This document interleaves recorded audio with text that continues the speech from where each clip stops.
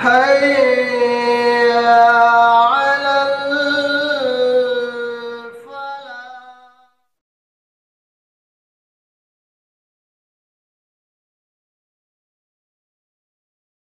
تھی، تو پھر اللہ تعالیٰ کا یہ وعدہ ہے کہ جو آدمی اللہ کے راستے میں صدق دل سے اچھی نیت سے اگر جہاد کرے گا تو پھر اس کا زمین پر خون ٹپکنے سے پہلے اللہ تعالیٰ اس کی مغفرت کر دے گا۔ یہ تو آپ جانتے ہیں شہادت کی موت کسی کو اگر حاصل ہو جائے، اچھی نیت کے ساتھ اس نے جنگ کی، شہادت اللہ کے راستے میں حاصل کی اور اس کی نیت خالص تھی، تو اس کا خون زمین پر گرنے سے پہلے اللہ تعالیٰ اس کی مغفرت کرتا ہے۔ اس حدیث کو بھی آپ جانتے ہیں۔ اب یہاں پر ایک اور مسئلہ یہ بیان کر دوں کہ بعض لوگ عام طور پر مسلمانوں میں یہ چیز دیکھی گئی کہ وہ لوگ جب زندگی میں کوئی مصیبت ان کو آتی ہے، کوئی مشکل آتی ہے، تو فوری موت کی تمنا کرتے ہیں۔ تو کیا اس کی تمنا کرنا جائز ہے یا مستحب ہے یا سنت ہے یا مکروہ ہے یا منع ہے یا واجب ہے؟ اتنے الفاظ آپ کہہ رہا ہوں۔ آج آپ کو دیکھا گیا، آپ معاشرے میں آپ رہتے ہیں لوگوں کے درمیان، تو بعض خاص کر یہ جو عادت ہوتی ہے نا، یہ عورتوں میں بہت زیادہ ہوتی ہے۔ جب بڑی مصیبت آتی ہے نا تو پھر یا تو چوڑیاں پھوڑتے ہیں، اب تو چوڑیاں پھوڑنے کا دور ہی نہیں ہے، یا تو پھر وہ لوگ اب مختلف قسم تمنا کرتے ہیں، لا میرے کو موت دینا تھا اللہ، یہ آدمی سے بس بس ہو گئی، اتنے الفاظ کرتے ہیں۔ تو کیا ایسی تمنا کرنا جائز ہے؟ اس سلسلے میں اللہ کے نبی صلی اللہ علیہ وسلم کی ایک حدیث آپ کو بتا دوں جو امام بخاری نے صحیح بخاری میں روایت کیا۔ اللہ کے نبی نے فرمایا لا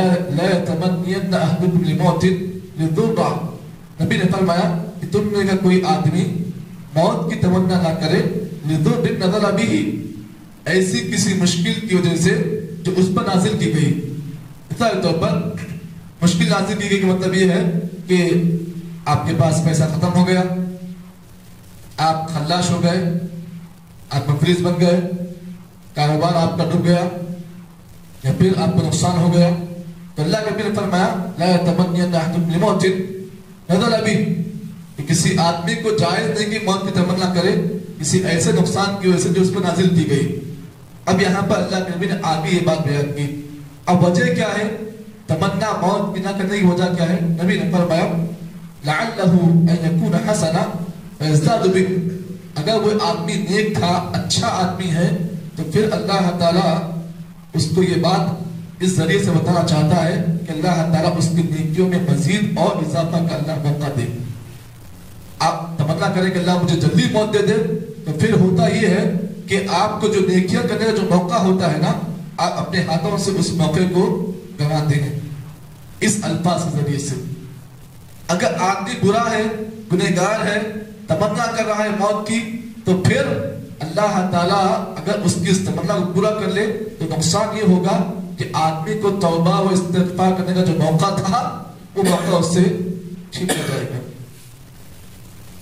تو پتہ یہ چلا کہ تم میں کوئی آدمی ایسی حماقت نہ کرے، تمنا نہ کرے کہ اللہ مجھے موت دے دے، کیونکہ اللہ تعالیٰ کے پاس جو ہے انسان کا جو معاملہ ہے بڑا نازک ہے، بڑا نازک اللہ کے پاس انسان کا معاملہ ہے۔ کبھی کبھی انسان مرنے سے پہلے آپ جانتے ہیں شیطان انسان کے ساتھ لگا ہوا ہوتا ہے، حتیٰ کہ جب انسان کی جو روح گلے میں اس کے پاس آ کے اٹکتی ہے نا، حلقوم وَإِذَا بَلَغَتِ الْحُلْقُومَ جو آیت ہے، جب حلقوم میں آ کر ہماری جان اٹکتی ہے، روح اٹکتی ہے، اس وقت شیطان آتا ہے، انسان کو کلمہ پڑھنے سے روکتا ہے۔ اس وقت بعض لوگ جو ثابت قدم والے ایمان والے ہیں وہ الحمدللہ شیطان سے لڑتے ہیں اور پھر کلمے کی تلقین ان کو کی جاتی ہے، وہ کلمہ پڑھ لیتے ہیں۔ لیکن بعض لوگوں کو دیکھا گیا کہ ایسے موقع پر ہتھیار ڈال لیتے ہیں، زبان سے کچھ ایسے الفاظ جاری کرتے ہیں کہ آخری مرحلے میں کیے گئے پورے اعمال ان کے برباد ہو جاتے ہیں ایک کلمے کی وجہ سے۔ زبان سے کوئی کلمہ ایسے ادا کر دیا، ختم۔ تو معلوم یہ ہوا کہ انسان کو چاہیے زندگی میں اللہ نے جو موقع اس کو دیا ہے، اس موقع کو غنیمت جانتے ہوئے آدمی اس میں نیکیوں کو سمیٹے لوٹے۔